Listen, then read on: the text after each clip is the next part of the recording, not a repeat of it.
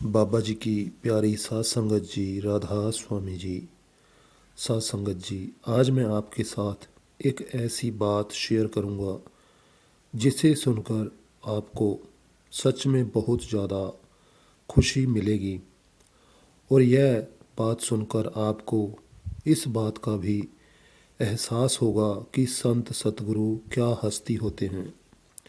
तो सात संगत जी, आप सभी से हाथ जोड़कर विनती है कि चैनल को ज़रूर सब्सक्राइब करें, बेल आइकन को प्रेस करें ताकि आने वाले वीडियो का नोटिफिकेशन आप तक पहले पहुंच सके जी।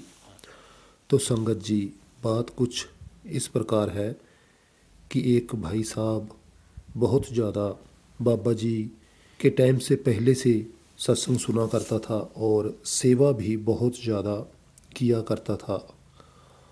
और उसकी एक बुरी आदत थी, वो थी कि वो शराब भी पीता था, लेकिन उसने अभी तक नाम नहीं लिया था। जब महाराज जी का टाइम हुआ करता था, जब महाराज जी नामदान किसी को देते थे, तो उस वक्त में क्या हुआ करता था, अब जैसे कि हम नामदान के लिए जब जाते हैं तो पहले हमारी सिलेक्शन की जाती है, पर्चियाँ मिलती हैं, बहुत सारा सवाल जवाब का प्रोग्राम चलता है, जिसके बाद कहीं जाकर नाम की पर्ची मिलती है और फिर बाबा जी नामदान की दात हमें बख्शते हैं। तो इसी तरह उस टाइम के दौरान महाराज जी खुद जब बैठकर जो नाम के अभिलाषी हुआ करते थे उनकी सिलेक्शन किया करते थे। महाराज जी बैठे हुआ करते थे और एक एक सत्संगी जो नामदान लेना चाहता है लाइन बनाकर महाराज जी के सामने आया करते थे। और दोनों तरफ जो अभिलाषी होता था उसके दोनों तरफ सेवादार खड़े हुआ करते थे और महाराज जी एक इशारा करते थे, कोई बातचीत पूछनी होती थी तो पूछकर वो लेफ़्ट या फिर राइट का इशारा कर दिया करते थे कि किसको नामदान के लिए रखना है और किसको नहीं। तो संगत जी, इसी तरह ही वो व्यक्ति जब बाबा जी महाराज जी के पास नामदान लेने के लिए गया तो उसने क्या काम किया था कि वो शराब तो पिया करता था। तो जिस दिन उसने नामदान के लिए जाना था तो उससे एक दिन पहले उसके पास कुछ आधी बोतल शराब की बची हुई थी। उस व्यक्ति ने क्या किया कि उसने वो आधी बोतल घर में ही रख दी और यह विचार कर कर रखी कि अगर उसको महाराज जी ने नामदान की दात अगर दे दी तो फिर तो वो इस शराब को नहीं पिएगा, और लेकिन अगर महाराज जी ने नामदान की दात नहीं दी तो फिर वो पी लिया करेगा। तो इसी सोच को रखते हुए जब वो महाराज जी के सामने पहुंचा तो महाराज जी ने पूछा कि क्यों भाई, कैसे आना हुआ। बोला, महाराज जी नामदान की दात चाहिए। महाराज जी ने पूछा कि क्या तुम शराब पीते हो। उसने बोला कि बाबा जी पीता तो था लेकिन इसके बाद नहीं पीऊँगा।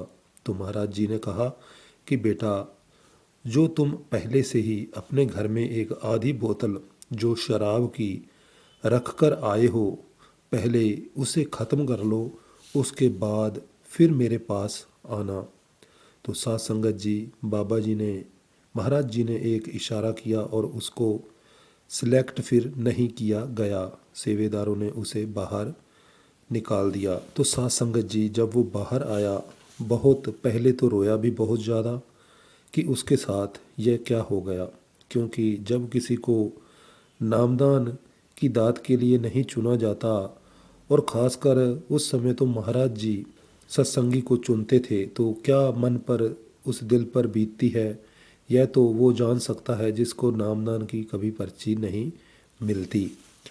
तो इसी तरह जब वो बाहर निकला तो वो बहुत ज़्यादा रोने लग गया, बड़ा ही रोया।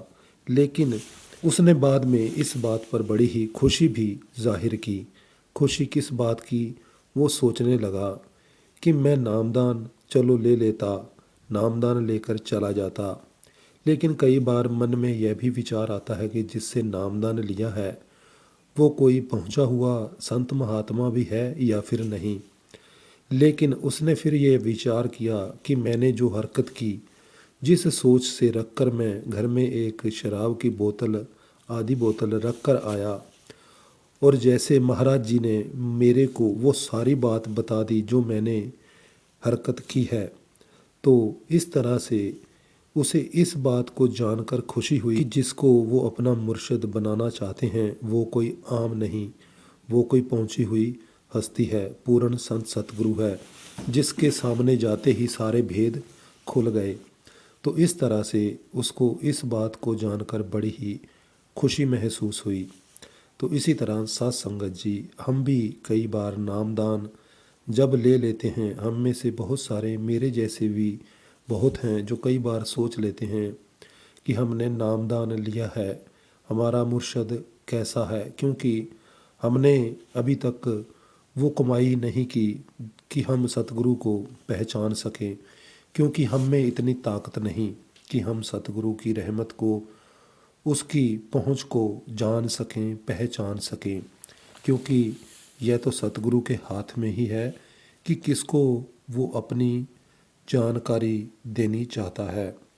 जब तक किसी का पर्दा नहीं खुलता, शायद कई बार प्रेम भरोसा भी पूरा नहीं जागता, लेकिन प्रेम भरोसा तो धीरे धीरे भजन सिमरन की कमाई कर कर ही आता है। तो इसी तरह महाराज जी ने भी एक बार बताया कि किसी सत्संगी ने जब उनसे प्रेम मांगा था तो महाराज जी ने कहा वो प्रेम मैं देता हूँ। तो महाराज जी से फिर उन्होंने कहा कि वो प्रेम हमें दे दो। तो महाराज जी ने कहा उसके लिए आपको भजन सिमरन की कमाई करनी पड़ेगी।